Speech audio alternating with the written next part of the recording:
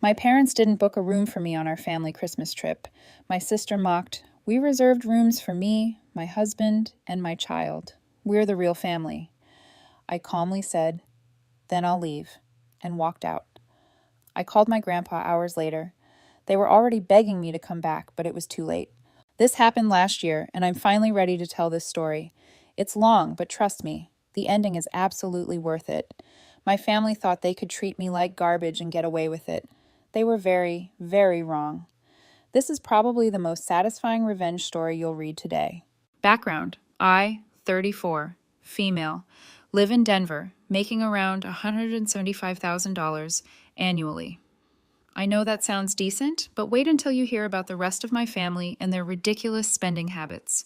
This story involves years of family dysfunction, public humiliation, and the most epic comeback you can imagine. Let me paint you a detailed picture of my childhood and why this revenge was so incredibly satisfying. While my sister Ashley was winning beauty pageants and dating star athletes, I was the weird kid who actually cared about grades, saving money, and building a real future. My parents, Robert and Linda, made it crystal clear from the beginning who their golden child was and who was just taking up space. When Ashley turned 16, she got a brand new BMW with a giant red bow on top. I'm talking about a $40,000 car for a teenager who didn't even have a job. The whole neighborhood came out to watch her squeal and jump around like she'd won the lottery. She posted about it on every social media platform, calling it the best day ever and thanking her amazing parents. When I turned 18, I got a used Honda Civic with 180,000 miles that my dad bought from his coworker for $1,500. "It builds character," he said, while Ashley smirked in the background, probably already planning her next expensive request. College was even worse and really set the stage for everything that happened later. I worked my rear end off at 2 part-time jobs while studying finance. I'm talking about stocking shelves at a grocery store from 6:00 p.m. to midnight, then working weekend shifts at a local restaurant. I graduated summa cum laude with a 3.09 GPA and still ended up with $43,000 in student loans because I refused to ask my parents for help after seeing how they treated financial requests. Ashley, meanwhile, went to some expensive private liberal arts school where she studied communications, which basically meant learning how to look pretty and marry someone rich. She joined the most expensive sorority, went on spring break trips to Europe, and never worked a single day during her 4 years. Guess who paid her full tuition, room and board, and spending money? Spoiler alert, it definitely wasn't Ashley. My parents acted like funding her lifestyle was just a normal part of being good parents while treating my financial independence like some kind of character flaw. Right after graduation, Ashley hit what she considered the ultimate jackpot. She married this guy named Brad, who works in commercial real estate development and supposedly makes serious money. We're talking north of $400,000 annually, according to Ashley, who never misses a chance to mention exact figures at family gatherings. Suddenly, she's living in this massive 8-bedroom house in the most exclusive suburb, driving a Tesla Model S, and posting Instagram stories from Cabo, Dubai, and the Maldives every other month. Her social media became this carefully curated display of wealth that honestly made me embarrassed for her. Meanwhile, I'm grinding 70-hour weeks, eating ramen for dinner, and slowly chipping away at my debt like a responsible adult. Don't get me wrong, I did really well for myself through hard work and smart decisions. I've got about $160,000 saved up now. My loans are completely paid off, and I max out my 401k and IRA every single year. I drive a reliable Toyota Camry that's completely paid off and live in a nice but modest 2-bedroom apartment. I'm dating this amazing man Zeb, who's a nurse practitioner making around $90,000. He's down to earth, saves money, invests wisely, and basically represents everything Ashley isn't. But apparently being financially responsible and living within your actual means makes you boring and unsuccessful. According to my family, Ashley never misses an opportunity to take passive-aggressive shots at my lifestyle choices. At family gatherings, she'll make comments like, "Rose, when are you going to get a real job that pays enough to actually enjoy life instead of just surviving?" Or, "Maybe if you spent less time obsessing over spreadsheets and more time networking with successful people, you'd understand how the world actually works." She'd say this while showing off whatever new designer purchase she'd made that week. She always delivers these comments with this fake concerned voice that makes me want to scream, like she's genuinely worried about my sad little existence while she's showing off her newest Louis Vuitton handbag that costs more than most people's monthly rent. The worst part was watching my parents nod along, like her criticism was completely valid and helpful. Here's the thing that makes this whole story even more satisfying, though.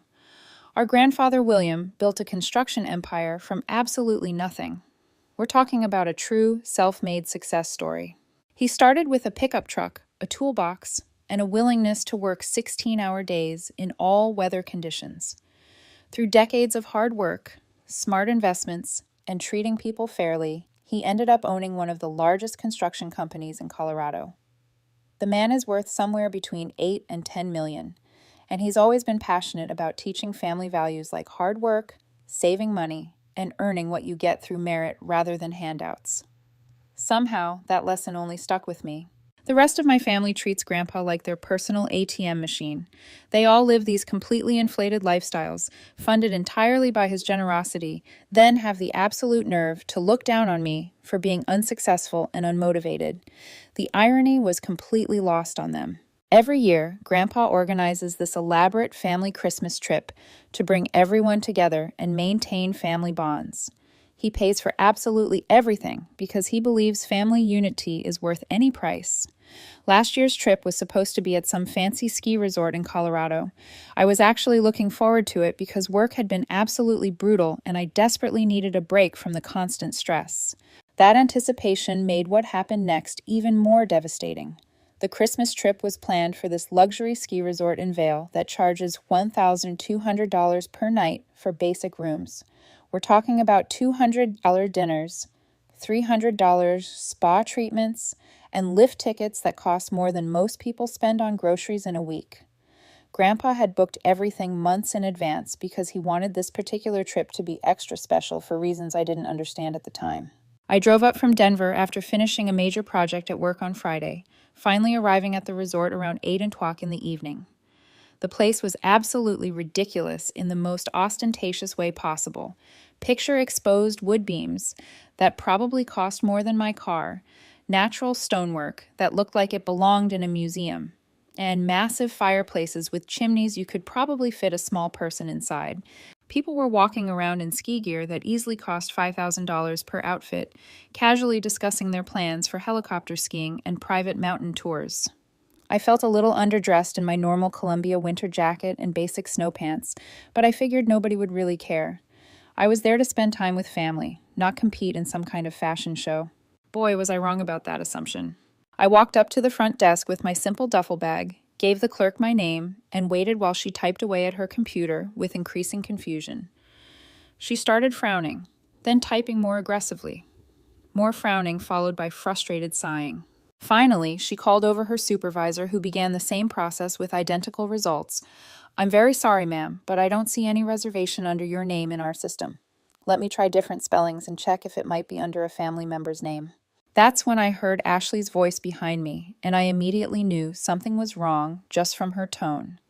There was this weird theatrical quality to it that I recognized from childhood whenever she was about to cause trouble.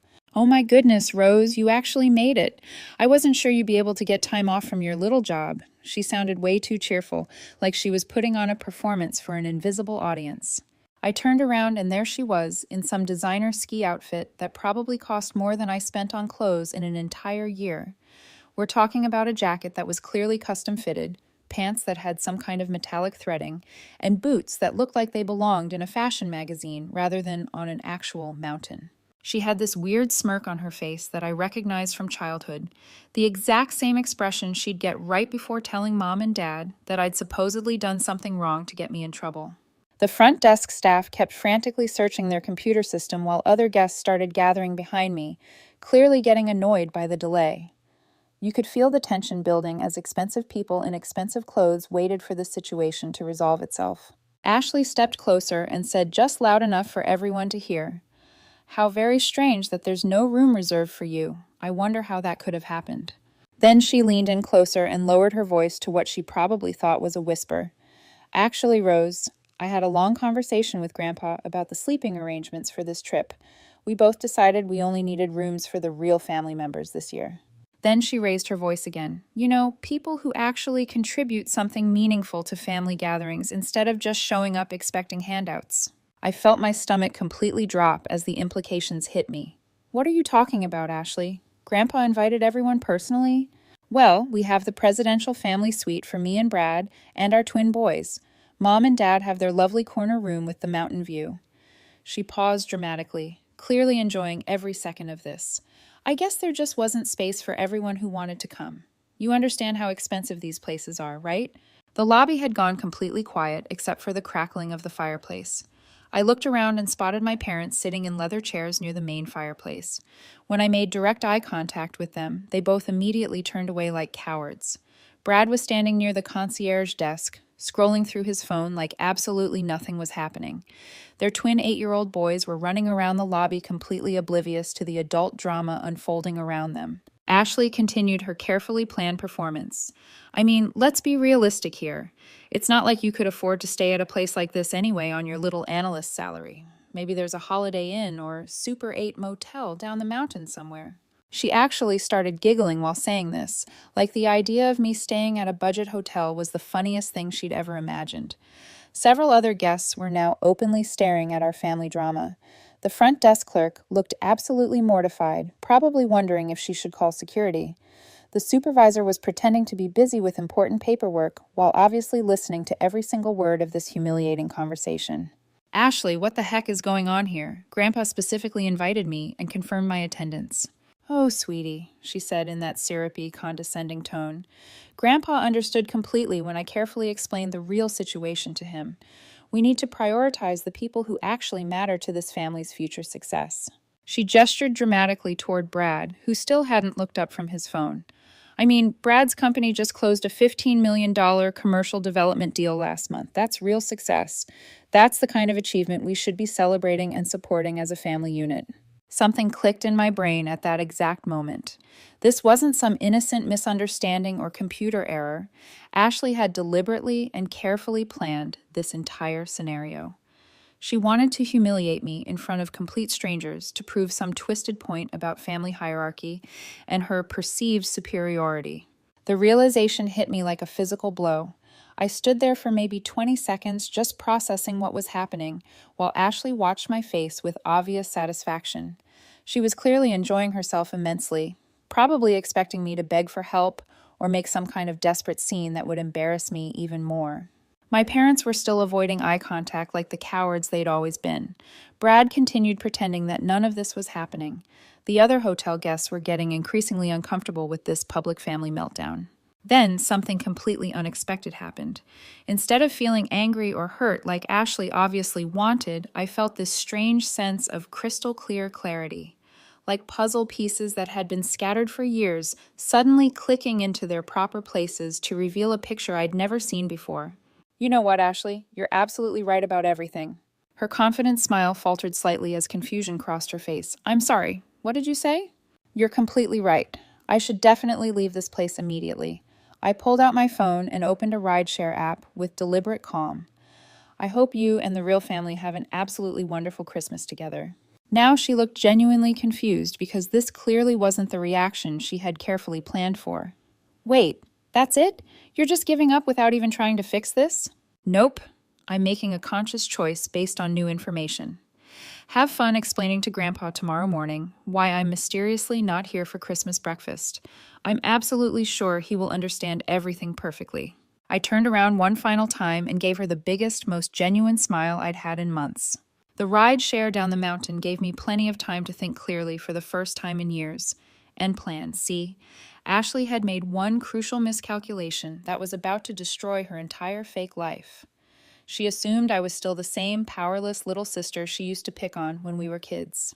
She had absolutely no idea what kind of position I was actually in, or what I knew about the family's real financial situation. Here's what Ashley didn't know, and why her little stunt was about to backfire in the most spectacular way possible. First, I'd been helping Grandpa with his business finances for the past 6 years. Not officially on any paperwork, but whenever he had questions about investments, tax strategies, retirement planning, or financial analysis, he'd call me directly.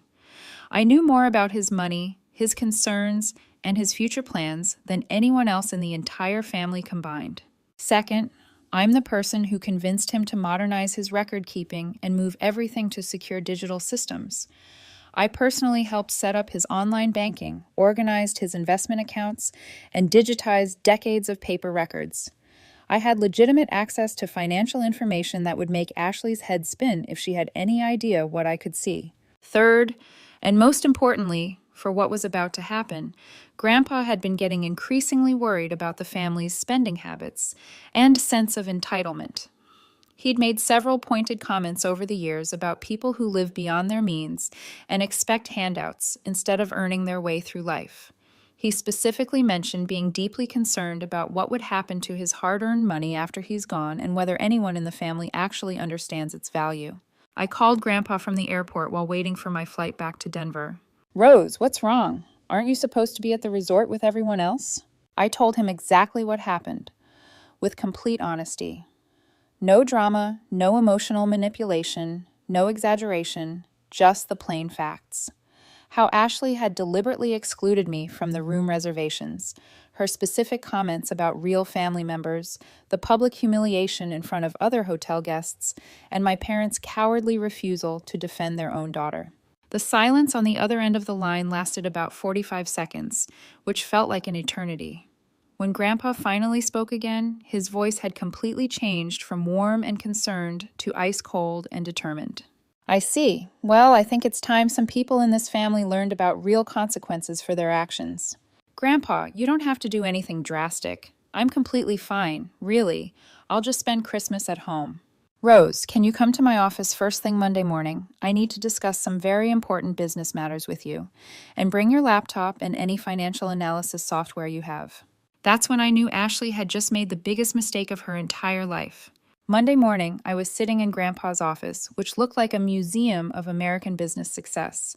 Dark wood paneling covered every wall, leather chairs that had probably been there since the 1960s, and dozens of awards and photos from 40 years in the construction business. Grandpa looked tired, but absolutely determined in a way that reminded me why he'd been so successful for so many decades. "Rose, I want to know exactly how much money I've given your parents and sister over the years. Every single penny, every gift, every loan, every emergency payment. Can you help me compile that information into a comprehensive analysis?" This was where my financial analysis background became incredibly useful in ways I'd never imagined. I spent the next week going through bank records, transfer logs, tax documents, canceled checks, and digital payment records. Grandpa gave me complete access to his personal accounts, business accounts, and financial records going back 20 years. What I discovered was absolutely mind-blowing and worse than even I had suspected. Over the past decade alone, here's what I found. Ashley had received $49,000 for her wedding, which she claimed was just enough to cover the basic expenses. But I found receipts showing they spent over $78,000 total. She got $32,000 as a down payment gift for their house. Then another $28,000 2 years later when they decided they wanted to upgrade their kitchen with granite countertops and professional appliances. For the past 5 years, she'd been receiving $3,800 every single month as help with the children's expenses and cost of living adjustments. That's over $228,000 right there in direct monthly payments. But wait, there was significantly more. Emergency loans that were never paid back, $43,000 for a business opportunity that never materialized. Investment opportunities that somehow never generated any returns, $37,000 for various schemes. Birthday and Christmas gifts that cost more than most people's annual car payments, probably another $60,000 over the years. Vacation funding, jewelry purchases, furniture allowances. The list was absolutely endless. My parents weren't any better and had been working the same system for years. Grandpa paid off their mortgage early when they claimed they were struggling with retirement planning, $91,000. He's been supplementing their retirement income with $3,000 per month for the past 6 years because their savings were insufficient for the lifestyle they deserved, over $216,000. Home renovations, medical bills, car payments, insurance premiums, emergency repairs, and unexpected expenses, probably another $75,000 in miscellaneous handouts. When I added everything up, I was talking about well over $650,000 in direct handouts to these people over just the past decade, and that doesn't include smaller gifts, meals, vacations, and other benefits that were harder to quantify. Meanwhile, I had asked Grandpa for help exactly once in my entire adult life, a $5,000 loan when I was between jobs for 3 months after college. I paid it back with interest within 4 months and never asked for anything else. But here's where the investigation got really interesting and revealed just how fake their lifestyle actually was. I decided to do some serious digging into Ashley and Brad's actual financial situation, using public records databases that I have access to through my job. I know how to read financial documents, court filings, and business records in ways that most people don't. What I found was absolutely shocking. Their house was mortgaged to the absolute maximum limit. They owed $732,000 on a property that was currently worth maybe $650,000 in today's market. Both of their luxury cars were leased, not owned, which meant they were paying monthly fees for vehicles that would never belong to them. Ashley's credit card debt was completely insane. I found evidence of at least 12 different accounts with significant balances totaling over $90,000. But the real bombshell was Brad's supposedly successful business. Remember how Ashley loved bragging about his $15 million deal and $400,000 annual income? Well, according to public business filings, Brad's company had been struggling badly for the past 2 years. 3 major development projects fell through due to financing issues. His biggest commercial client terminated their contract in September after delays and cost overruns. The business had defaulted on 2 significant construction loans and was basically operating on borrowed time and credit extensions. They were living a completely fraudulent lifestyle funded entirely by massive debt and Grandpa's monthly payments. Without that $3,800 every single month, they'd be filing for bankruptcy within 60 days. Their entire social media persona was built on money they didn't actually have. When I presented all this information to Grandpa in a detailed written report, he just sat there quietly for about 15 minutes, slowly flipping through the documents with increasing anger. Finally, he looked up at me with an expression I'd never seen before and said, very interesting indeed. I think it's time for some people to learn what real consequences feel like." 3 weeks after the ski resort incident, Grandpa called a mandatory family meeting at his house. He told everyone it was to discuss important financial planning matters and estate planning issues, and that attendance was absolutely not optional for anyone who wanted to remain in his will. I arrived early to help him prepare what would become the most satisfying presentation of my entire life. He had printed out everything: bank statements, transfer records, loan documents, property records, business filings, credit reports, all organized in neat folders with each family member's name written on the front in his careful handwriting. Ashley showed up 25 minutes late in her Tesla Model S, wearing another ridiculously expensive outfit that probably cost more than most people's monthly salary. She seemed genuinely annoyed at having to be there, like this was somehow an inconvenience to her busy schedule of spending other people's money and posting about it online. Brad looked increasingly uncomfortable from the moment he walked in. I think he was starting to realize their financial house of cards was getting extremely shaky. My parents arrived acting like absolutely nothing had happened at Christmas. No apology, no acknowledgement, no explanation for their cowardly behavior. Just business as usual. Probably assuming this meeting was about increasing their monthly allowance or discussing inheritance details. Grandpa started the meeting very formally. "I've asked everyone here today because I've been conducting a comprehensive review of my financial support to this family over the past 15 years. Rose helped me compile some very eye-opening information, and I think it's time we had a completely honest conversation about money, entitlement, and family values." He handed out the folders with theatrical precision. I watched Ashley's face carefully as she opened hers and started reading the numbers laid out in black and white. The color literally drained from her cheeks as she realized the scope of what she was looking at. "Now," Grandpa continued in his most businesslike tone, "I want each of you to carefully review those numbers and then explain to me why you believe you're entitled to this level of ongoing financial support. Ashley immediately went into full victim mode. Grandpa, raising children is incredibly expensive these days. Brad and I work so hard to provide for our family, and with the economy being so uncertain and unpredictable. Ashley, Grandpa's voice, cut through her whining like a knife through butter. According to these documents, your husband supposedly makes $400,000 annually. Please explain to me in specific terms why you require an additional $45,000 per year from me to maintain your lifestyle. Well, the house payment is really high because we wanted the boys to grow up in a good neighborhood. And they have activities and sports, and we have other necessary expenses that you wouldn't understand. You chose to buy a house you couldn't afford. You chose to lease luxury vehicles instead of buying reliable transportation. You chose to enroll your children in expensive private programs instead of excellent public alternatives. These were your conscious decisions made with the assumption that I would subsidize your lifestyle choices indefinitely. My parents tried to jump in and redirect attention. Dad, you know how much we appreciate everything you've done for us over the years, but retirement planning is really complicated these days with inflation and medical costs. You retired at 62, specifically because you knew I would supplement your income indefinitely. You made minimal effort to save adequately for retirement because you assumed I would handle all your financial responsibilities. You treated my generosity as an entitlement rather than a gift. The tension in the room was becoming thick enough to cut with a knife. Ashley was starting to panic as she realized this wasn't going according to any script she'd imagined. Grandpa, what exactly are you trying to say here? Are you threatening us? Ashley's voice cracked as her mask began to slip. I'm saying that effective immediately, Grandpa replied, with steady finality. All financial support to this family is being permanently terminated. The explosion was immediate, predictable, and absolutely satisfying to watch. Ashley started her fake crying routine with crocodile tears and dramatic sobbing. My parents began talking over each other frantically about their fixed income and medical expenses and retirement security. Brad just sat there looking like he wanted to disappear through the floor. But Grandpa wasn't finished delivering his verdict.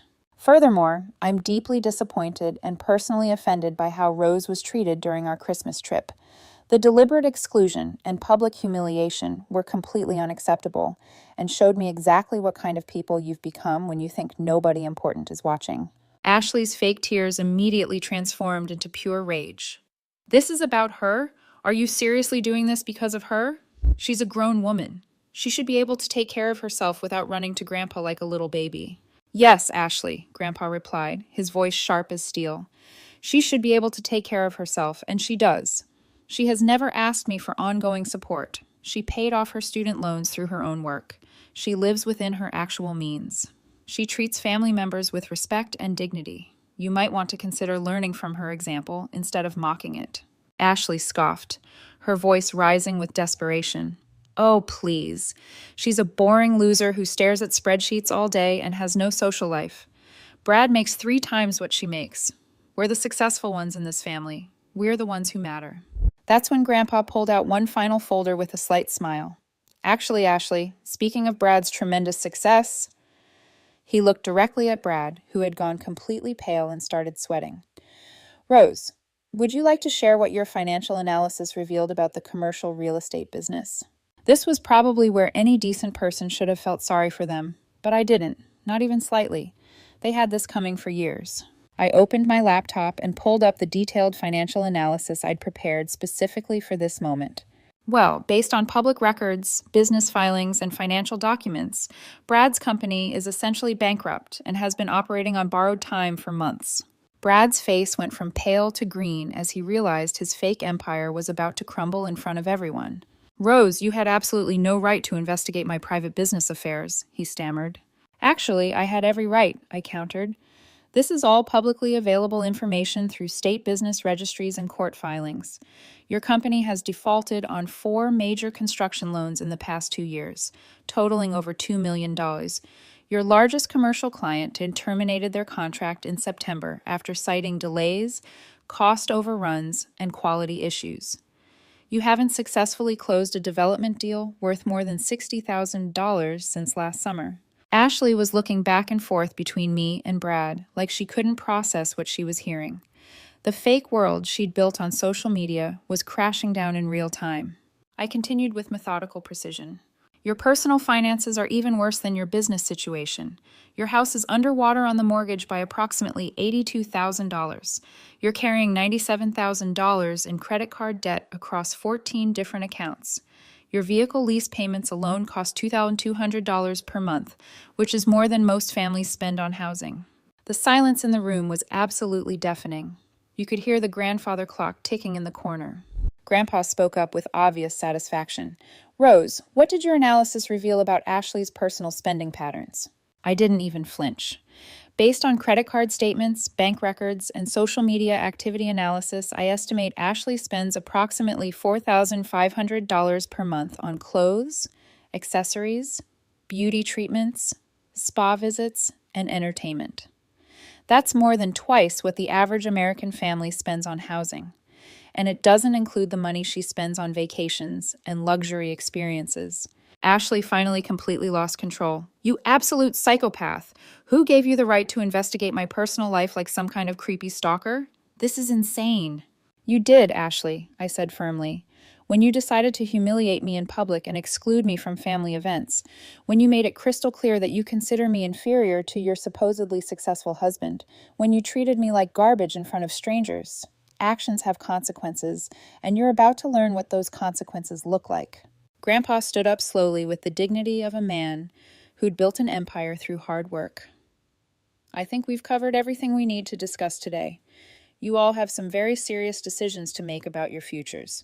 Rose, could you please stay behind for a few minutes? I have something important to discuss with you privately. My parents and Ashley's family filed out of the house in complete chaos. Ashley was screaming about how unfair everything was and how I had destroyed the family with my psychotic behavior. Brad looked like he was going to be physically sick. My parents just looked utterly defeated and lost. After they left, Grandpa sat back down and actually smiled at me with genuine warmth for the first time in weeks. You know, Rose, I've been thinking quite a bit about updating my will and estate planning lately.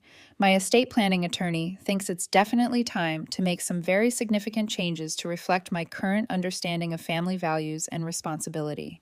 8 months have passed since that family meeting, and the results have been absolutely spectacular beyond my wildest dreams. Brad's business officially filed for Chapter 7 bankruptcy in April. They lost the house to foreclosure and had to move into a small 2-bedroom rental apartment in a much less desirable part of town. Both luxury cars were repossessed within 6 weeks when they couldn't make the lease payments. Ashley had to get her first real job in over a decade. She's working at a department store making $13 per hour and absolutely hating every minute of it. Her social media went completely dark because she can't afford the lifestyle she used to fake. My parents had to sell their house and downsize to a tiny 1-bedroom condo in a retirement community they can actually afford. Dad came out of retirement and got a job as a part-time cashier at a hardware store. Mom is working the register at a grocery store. They're both completely miserable and constantly stressed about money for the first time in decades. The twins had to transfer from their expensive private school to public school, which Ashley complained about constantly until she realized nobody cared about her problems anymore. But here's the absolute best part that makes this whole story perfect. They all started calling me desperately, begging for help. It started with my parents about 3 months after the meeting. Rose, sweetheart, we're so sorry about what happened at Christmas. We should have defended you against Ashley. We realize now how wrong we were to treat you that way. Could you maybe talk to Grandpa for us? We're really struggling with these bills, and we don't know what we're going to do. I told them I'd consider helping if they wrote me a detailed handwritten letter, acknowledging exactly how they'd treated me over the years, and taking full responsibility for their choices and behavior. They actually did it, spending pages apologizing and admitting their mistakes, but it was obviously just desperate damage control. Then Brad called me about 2 months ago. Look, Rose, I know we got off on the wrong foot, and Ashley really regrets how she handled the Christmas situation. She feels terrible about everything. Is there any way you could help us out? Maybe a small loan to get us back on our feet. I promise I'll pay you back with interest as soon as business picks up again. I laughed out loud and hung up on him immediately. But the most satisfying call came from Ashley herself about 6 weeks ago, and I recorded it because I knew this day would come. Rose, please. I know I messed up really badly. I was completely wrong about everything. I was horrible to you, and I'm genuinely sorry, but I'm absolutely desperate here. The boys keep asking why we had to move, why Mommy has to work now, why we can't go on vacation anymore, why their friends can't come over to our apartment. I'll do anything. I'll apologize publicly on social media. I'll admit I was wrong about everything. I'll tell everyone you were right. Just please help us get back to normal. I kept my voice calm and steady. Ashley, I have just one question for you, and I want you to think carefully before you answer. Anything, she said quickly. Ask me anything you want. When you excluded me from that hotel reservation and told everyone it was only for the real family, did you think for even 1 second about how that would make me feel as your sister? Complete silence for about 30 seconds. I could hear her shallow breathing on the other end. Did you consider that I'm your sister and I deserve basic respect and dignity, regardless of how much money I make? Rose, I was just trying to... No, Ashley. You humiliated me because you thought I was weak and pathetic. You thought I needed you more than you needed me. You assumed I would always be there as your backup plan. You were completely wrong on every single count. Her voice cracked. Please, Rose, I'm literally begging you here. I'll get on my knees if that's what you want.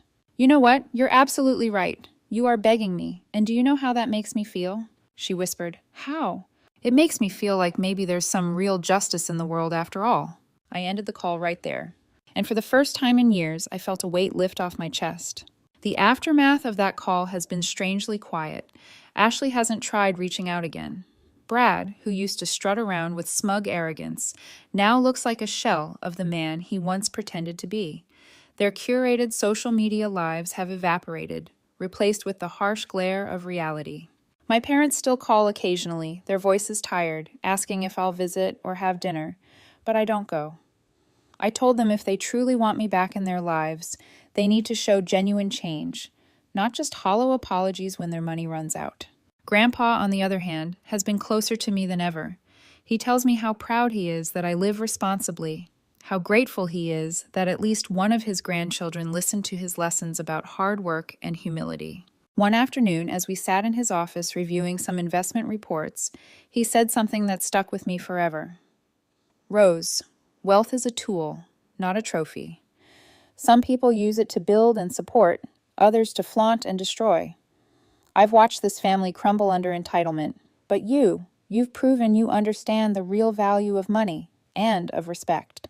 He hinted that changes to his will had already been made. I didn't ask for details. I don't need to know. What matters is that he trusts me, and I've earned that trust not by demanding, but by living with integrity. Sometimes I still replay that scene in the ski resort lobby in my head, the fireplace crackling, the guests whispering, Ashley smirking as if she'd finally won the lifelong sibling rivalry. I remember the sick feeling in my stomach, the heat rising to my face. And then I remember my calm smile, the deliberate choice to walk away, and how that single moment shifted everything. Ashley thought she was orchestrating my humiliation. She didn't realize she was setting the stage for her own downfall. Today, I live peacefully with Zeb in our modest apartment. We cook together, save together, dream together. We don't need luxury cars or 8-bedroom houses to feel fulfilled. Our happiness is quiet but genuine, steady but real. Ashley once called me boring. If boring means not drowning in debt, not pretending to be someone I'm not betraying family to chase a fake lifestyle, then I'll proudly stay boring. Because in the end, boring won. And Ashley? She lost everything. It's funny. Growing up, I always thought revenge would feel like fireworks. Loud, explosive, undeniable. But real revenge? It's quieter. It's in the silence after a phone call. When the person who tried to break you realizes they broke themselves. It's in the way their voices shake when they beg for help, and you finally have the power to say no. That's the kind of justice that doesn't just burn bright. It lasts. And I wouldn't trade it for anything.